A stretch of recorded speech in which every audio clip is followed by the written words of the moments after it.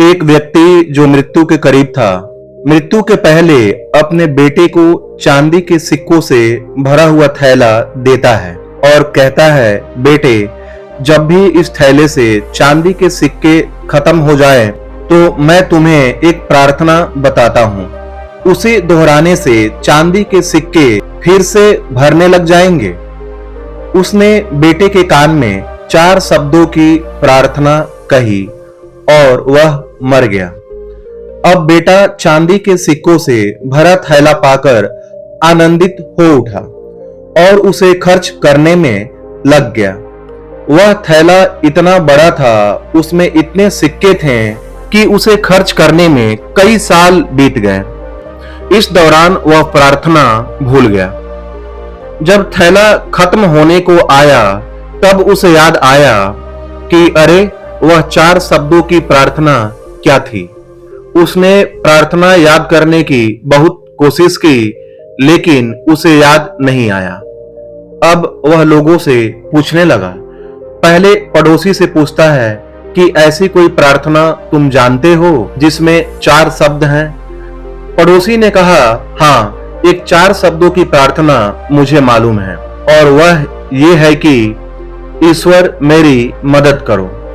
उसने सुना और उसे लगा कि ये वे शब्द नहीं थे, कुछ अलग थे।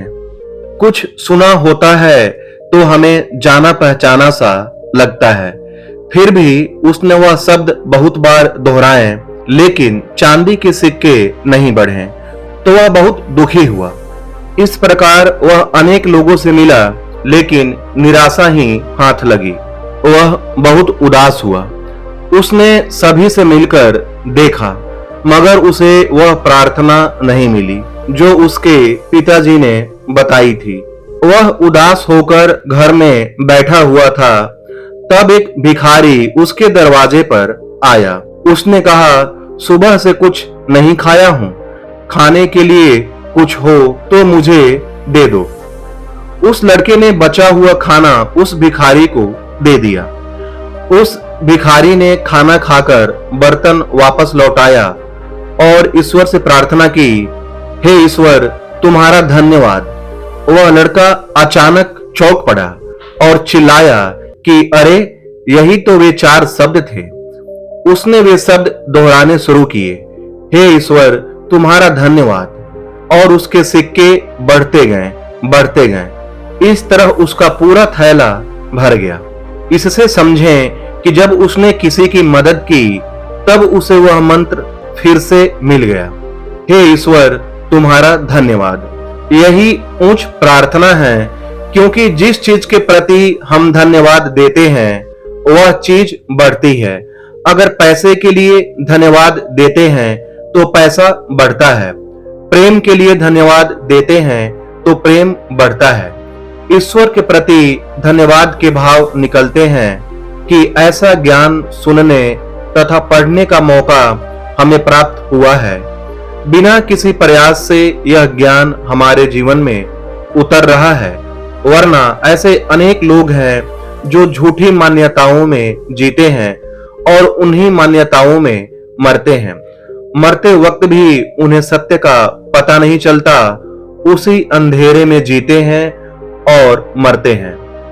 कहानी का सार यह है कि ये 4 शब्द नहीं, हे ईश्वर, तुम्हारा धन्यवाद, ये 4 शब्द प्रार्थना की शक्ति हैं। अगर ये 4 शब्द दोहराना किसी के लिए कठिन है तो इसे 3 शब्दों में कह सकते हैं, ईश्वर, तुम्हारा धन्यवाद। ये 3 शब्द भी ज्यादा लग रहे हों तो सिर्फ एक ही शब्द कह सकते हैं, धन्यवाद।